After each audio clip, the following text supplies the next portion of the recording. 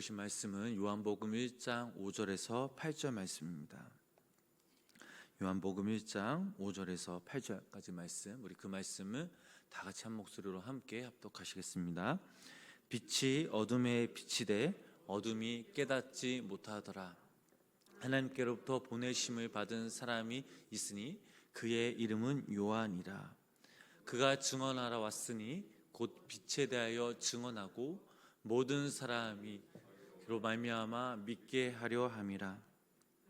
이 빛이 아니요 이 빛에 대하여 증언하라 온 자라. 아멘. 오늘도 하나님의 크신 은혜가 우리 성도님들 삶 가운데 함께 하시길 주님의 이름으로 간절히 축원합니다. 요한복음 1장 5절까지는 1절부터 5절까지는 말씀과 생명 되신 그 예수님, 그 창조주 예수님을 소개하고 있습니다. 태초부터 구약 시대에 이르기까지 말씀의 생명을 주시는 그 사역, 말씀의 그 빛을 비추시는 그 사역을 소개하고 있습니다. 또한 저희들이 읽은 오늘 6절부터 8절에서는 예수님이 오시기 전 그분을 증거하는 사명을 맡은 요한에 대해 소개하고 있습니다. 본문에 나타난 이 요한은 주님의 12제자 중 요한복음을 기록한 이 사도 요한이 아니라 예수님 당시 요단강에서 세례를 베풀던 그 세례 요한을 가리키고 있습니다. 요한이란 이름의 뜻은 하나님께서 사랑하시는 자 또는 하나님의 귀한 선물이란 이런 뜻을 가지고 있습니다. 이 세례 요한은 아비야 이 반열의 제사장인 사가랴와 엘리사벳 그 사이에서 태어난 사람이었습니다.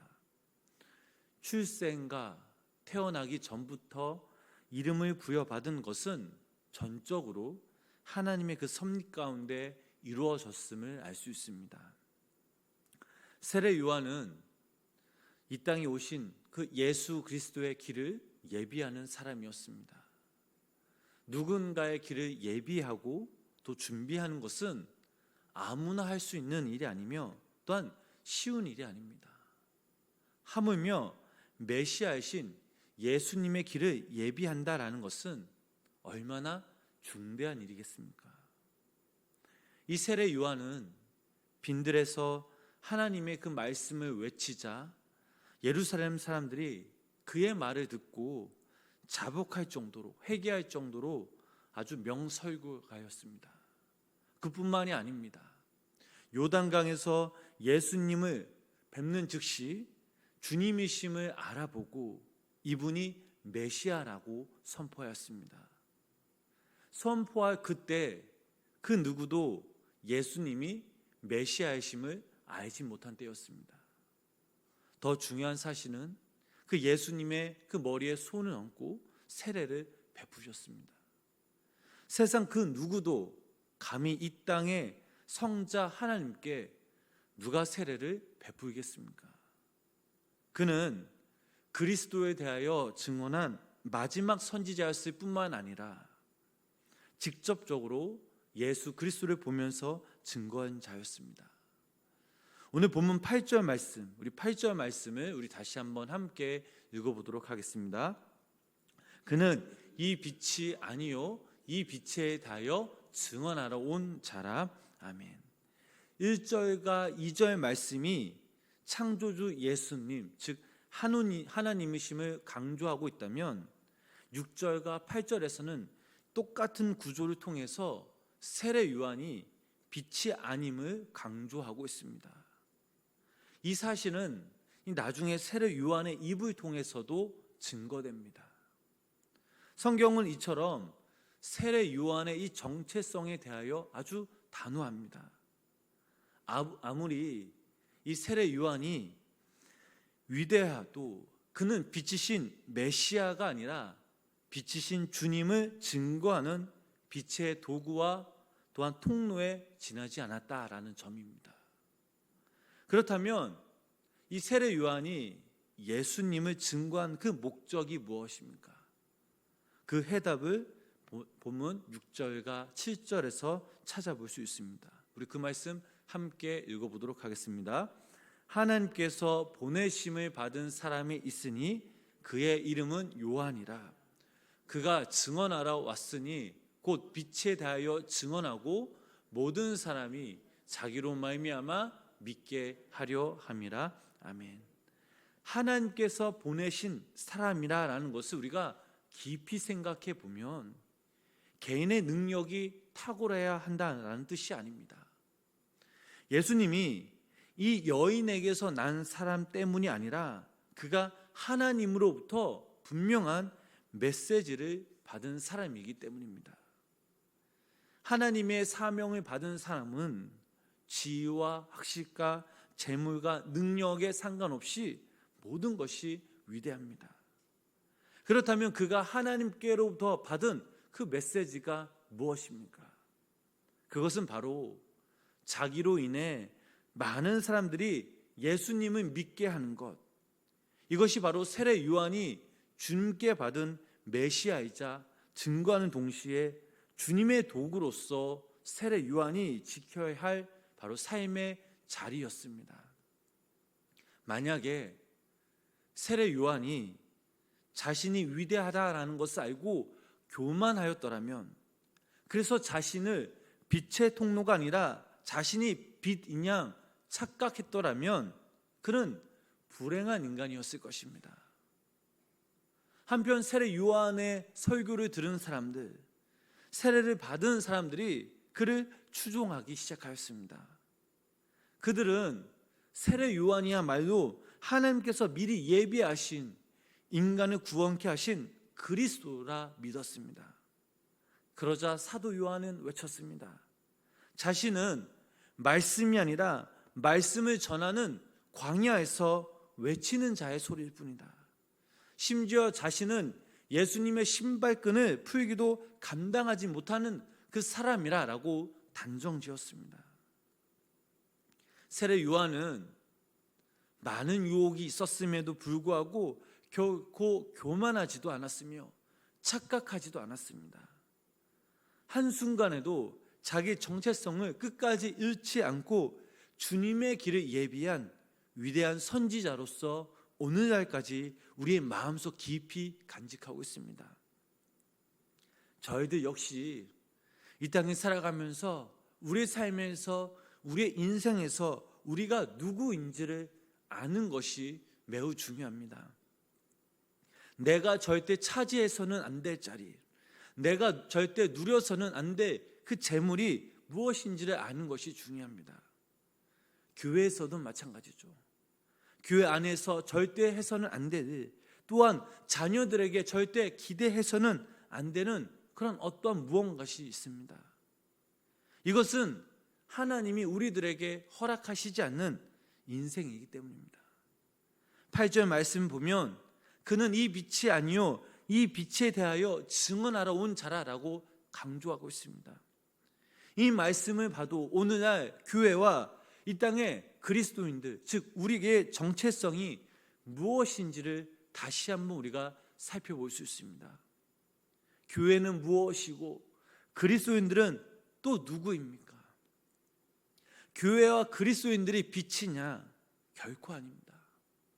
교회와 그리스도인들은 역시 빛이신 예수님을 증거하는 도구요 증인이라는 사실입니다. 예수 그리스도를 이 세상에 증거하는 이유는 세상 사람들로 하여금 빛이신 그 예수 그리스도를 믿게 하기 위함입니다. 그러나 오늘날 우리들의 현실은 많은 교회와 그리스도인들이 자신들의 정체성을 잃어버린 채 교회가 빛이냐, 그리스도인들이 빛으로 착각해 빛을 증거하기는커녕 오히려 이 빛을 차단하는 그런 현실이 되어버렸습니다. 만약 누군가가 마태복음 5장 14절 말씀을 통해 분명히 너희는 세상의 빛이라라는 성경 구절을 통해 왜 그리스도인이, 즉 우리가 빛이 될 수 없냐라고 강하게 반문할 수 있습니다. 주님께서는 분명히 이 말씀을 통해서도 말씀하셨습니다. 이 말씀을 너희가 빛 그 자체라는 의미로 받아들인다면 그것은 주님의 그 말씀을 잘못 이해한 것입니다. 이 말씀은 우리 자신이 주님과 똑같은 빛, 그 자체가라는 의미가 아닙니다. 주님의 빛을 간직하고 그것을 전하는 통로와 도구와 재료가 되어야 한다라는 의미입니다. 주님께서는 이러한 오해가 없도록 그 말씀을 계속 이어가시면서 말씀하셨습니다. 너희는 세상의 빛이라. 산 위에 있는 동네가 숨겨지지 못할 것이요, 사람이 등불을 켜서 발 아래에 두지 아니하고 동경 위에 두나니 이러므로 집안에 있는 모든 사람에게 비치느니라. 이같이 너희 빛이 사람에게 비치게 하여 그들도 너희 착한 행실을 보고 하늘에 계신 너희 아버지께 영광을 돌리게 하라라고 말씀하셨습니다. 저희들이 주님의 빛을 보존하면서 그 빛을 전한다라는 것은 주님의 그 말씀에 따라 신실한 그 삶을 살아간다라는 의미입니다. 그때 우리의 삶을 등불로 삼아 예수 그리스도의 그 빛이 세상에 비치게 하고 그 결과 우리의 삶을 통해 하나님께 영광 돌리는 것입니다. 그러므로 여기 모인 우리 모든 성도님들, 또 영상을 통해 예배를 드리는 우리 성도님들이 매 순간 살아가시면서 빛의 통로인 동시에 빛의 증인으로서 하나님의 그 말씀 앞에 끊임없는 자기 성찰과 자기 부인을 통해 주님께 나아가시길 주님의 이름으로 축원합니다. 만약 교회와 우리가 자기 교만과 욕망에 빠진다면 그것은 결국 빛이 아니라 어두움으로 몰릴 것입니다. 이것이 오늘날 이 땅에서 살아가고 있는 우리들에게 주님이 말씀하시고자 하는 메시지입니다. 여기 계신 우리 성도님들과 제가 하나님의 빛의 통로여 증인임이 분명합니다. 그렇기에 저희들은 그 주어진 그 상황에 반발하고 절망하는 그런 인간의 삶의 모습이 아니라 어떤 상황 가운데서도 믿음으로 회개하며 말씀 앞에 더욱더 굳건히 서야 될 줄 믿습니다. 이와 같은 사람이 진정한 하나님의 참 백성이요 자녀라는 사실입니다.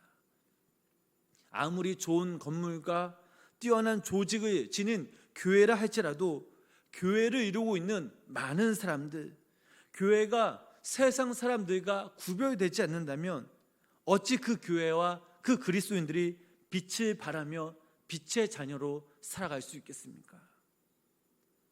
저희들이 단 하루를 살아도 내가 나된 것을 다 버리고 오직 하나님께로부터 났음을, 내가 나된 것을 다 버리고 어둠을 비추는 빛의 자녀로 살아가시는 귀한 성도님들 삶이 되시길 주님의 이름으로 축복합니다. 우리 생명나무 교회와 또 여러분들이 속한 그 교회, 그리고 우리가 이 세상에 빛의 걸림돌이 아닌 이 세상을 구원시키며 변화시키는 빛의 통로가 될 것임을 믿으시기를 바랍니다. 바라옵기는 오늘 하루 우리가 이 땅에서 살아갈 때에 여기 모인 우리 성도님들, 우리 모든 성도님들이 주님의 귀한 통로로 빛의 증인으로 살아가실 때에 우리가 밟는 곳곳마다, 우리가 보는 곳곳마다 주님의 빛의 역사와 생명의 역사가 일어나는 주님의 귀한 은혜가 충만해지시는 복된 하루 보내시길 주님의 이름으로 간절히 축원합니다. 기도하겠습니다. 빛으로 이 땅에 오신 주님, 이 시간 주님을 찬양하오니 임재하여 주시옵소서. 이 시간 나된 것을 다 버리고 오직 주님만을 의지하게 하여 주시옵소서. 지난 하루의 삶에 그릇된 생각과 마음이 있다면 주님 회개하오니 주님 용서하여 주시옵소서. 저희들이 더욱더 간절히 원하는 것은 저희 삶 속에 그 십자가의 그 은혜를 의지하오니 성령의 권능을 내려주시고 나는 죽고 오직 예수 그리스도의 구속의 은총만이 충만케 하여 주시옵소서. 오늘 우리가 이 땅에서 살아갈 때에 이 세상을 변화시키며 구원이신 그 빛이신 그 하나님을 의지하며 빛의 증인으로 살아갈 때에 저희들이 밟는 곳곳마다 주님의 사랑과 그 은혜와 찬란한 빛이 이루어 오늘 하루 감사하며 복된 삶을 살아가게 하여 주시옵소서. 또한 아버지 하나님, 오늘 이 시간, 이 새벽 간절한 그런 기도 제목들을 가지고 주님 앞에 나왔습니다. 성령님 들어주시옵고, 또 성령님, 우리의 하나님, 우리의 기도 제목들이 하나님의 그때에 응답되어지기 간절히 소망합니다. 우리의 기도 제목들의 응답의 기쁨으로 더욱더 주님께 영광 돌며 또한 주님만 위한 삶을 살아갈 수 있도록 주님 역사하여 주시옵소서. 오늘 하루도 우리의 삶이 당신의 것임을 고백하게 하시고 주님의 뜻대로 말씀대로 순종하며 살아가는 귀한 믿음의 성도님의 삶이 되도록 성령님 함께하여 주시옵소서. 예수님의 이름으로 간절히 기도드렸습니다. 아멘.